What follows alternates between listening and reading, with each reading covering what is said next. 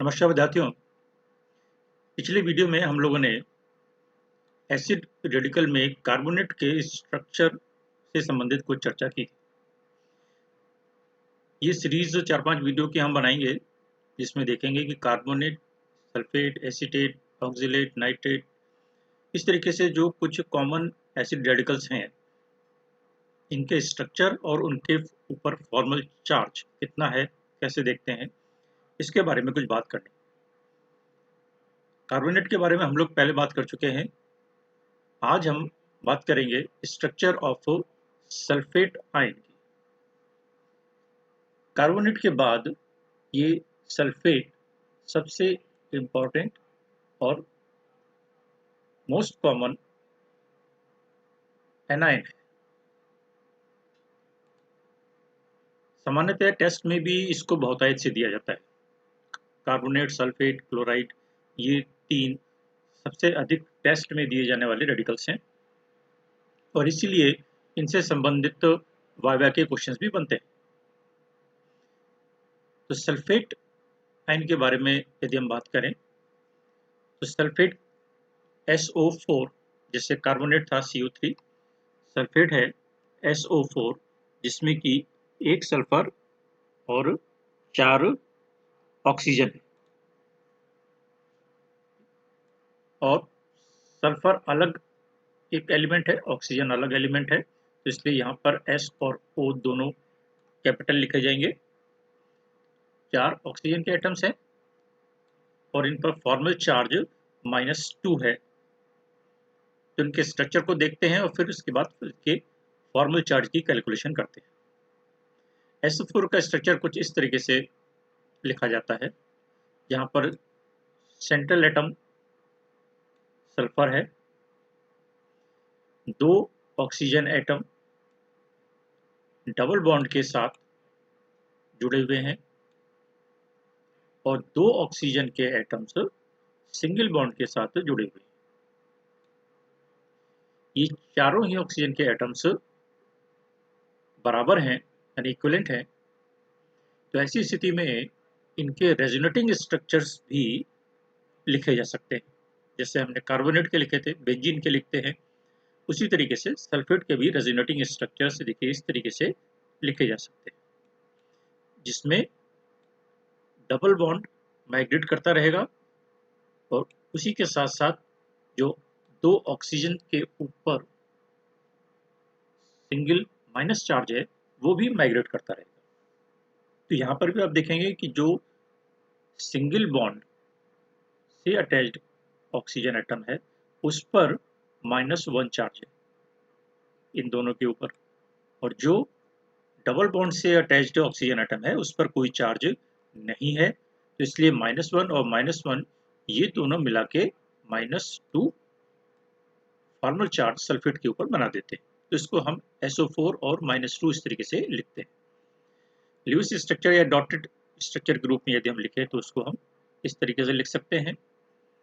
Sulphur बीच में central metal atom है, यहाँ पर 2, 4, 6, 8 देखिए इसका ऑक्टेट पूरा हो गया, यहाँ इसका भी ऑक्टेट पूरा हो गया, यहाँ पर ये ऑक्टेट पूरा है और ये ऑक्टेट पूरा है और ये ऑक्टेट पूरा है। सामान्यतः हम देखते हैं कि एलिमेंट्स कंबाइन करते हैं तो अपने ऑक्टेट को पूरा करने का प्रयास करते हैं, लेकिन इसमें कुछ एक्सेप्शंस भी हैं, उसके बारे में भी हम आगे चर्चा करेंगे।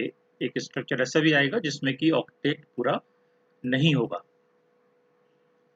तो ऐसी भी परिस्थिति आ सकती है, लेकिन एलिमेंट्स का प्रयास ये रहता है कि वो अपना ऑक्टेट पूरा करे बाहरी शेल का। तो यहाँ पर पांचों एटम्स, 4 ऑक्सीजन के और 1 सल्फर का, ये अपने ऑक्टेट को पूरा कर रहे हैं और इस तरीके से 6 रेजोनेटिंग स्ट्रक्चर सल्फेट आयन के लिखे जा सकते हैं। अब हम बात करें इसके ऊपर फॉर्मल चार्ज की। फॉर्मल चार्ज इसके ऊपर कितना है? -2। फॉर्मल चार्ज को कैलकुलेट करने के लिए ये इक्वेशन है, इसमें कि formal charge equal to number of valence electrons, अर्थात आउटर मोस्ट शेल में उपस्थित इलेक्ट्रॉन्स की संख्या, वही हमारे वैलेंस इलेक्ट्रॉन्स हैं। Non bonding electrons minus non bonding electrons या non bonding valence electrons. Valence electrons इनको इसलिए कह देते हैं क्योंकि वो हम बात कर रहे हैं बाह्यतम शेल की या आउटर मोस्ट शेल की, जो कि वैलेंस शेल कहलाता है। और minus bonding electrons divided by 2। तो ये फॉर्मल चार्ज निकालने के लिए इक्वेशन है। इस इक्वेशन को हम सभी के ऊपर लागू करेंगे एक एक करके। तो पहले हम देखें सल्फर के ऊपर, जो कि सेंट्रल मेटल एटम है या एलिमेंट है।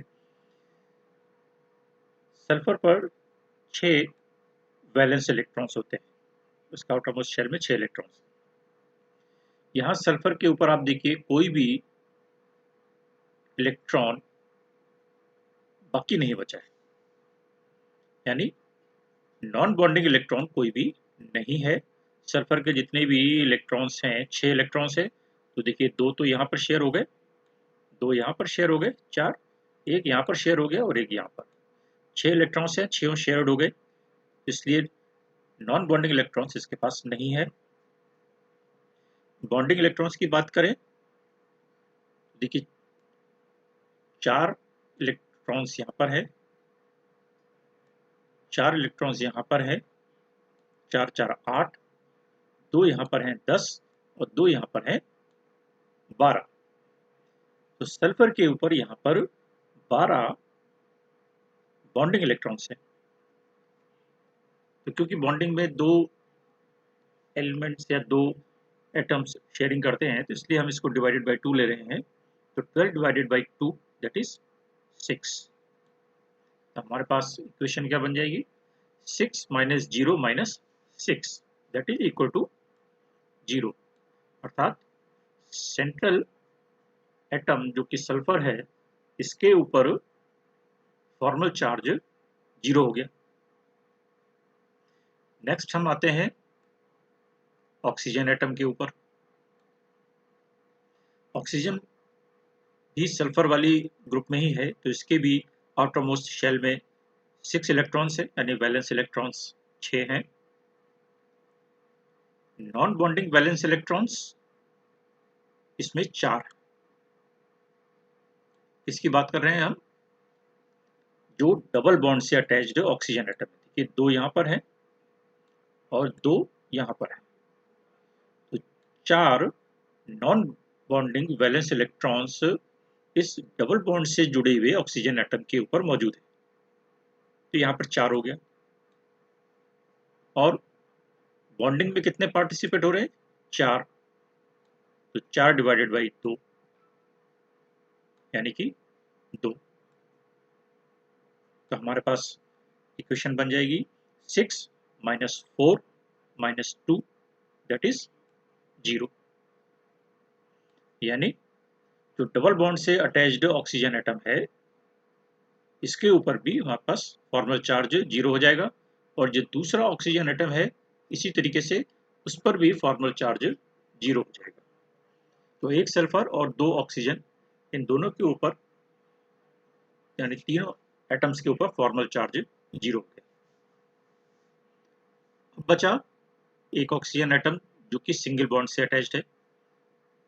इसकी कैलकुलेशन देखें तो oxygen valence electrons 6, non bonding valence electrons 6, देखिए यहाँ पर 2 यहाँ पर है, 2 यहाँ पर है और 2 यहाँ पर है।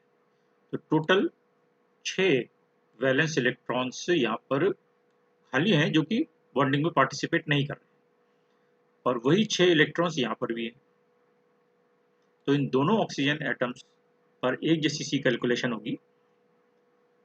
नॉन बॉन्डिंग वैलेंस इलेक्ट्रॉन्स 6 हो गए, और बॉन्डिंग इलेक्ट्रॉन्स कितने रह गए इसमें, 2, और 2 divided by 2 that is equal to 1। तो हमारे पास कैलकुलेशन आई 6 minus 6 that is 0 minus 1 that is minus 1।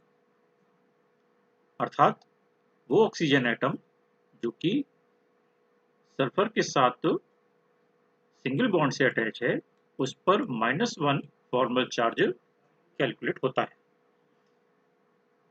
इसी तरीके से ये जो दूसरा वाला ऑक्सीजन एटम है इस पर भी फॉर्मल चार्ज -1 कैलकुलेट होगा। तो ये दोनों मिलाकर सल्फेट के ऊपर -2 फॉर्मल चार्ज बना देंगे। तो इसलिए सल्फेट के ऊपर -2 फॉर्मल चार्ज होगा। जैसे सल्फ्यूरिक एसिड बनता है H2SO4, हाइड्रोजन के ऊपर 2 पॉजिटिव होते हैं, सल्फेट के ऊपर 2 नेगेटिव होते हैं।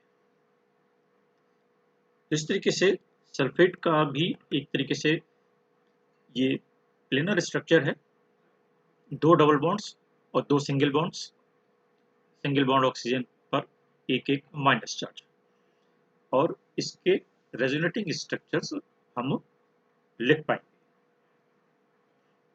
ये सल्फेट का स्ट्रक्चर है और उसकी फॉर्मल चार्ज की कैलकुलेशन है।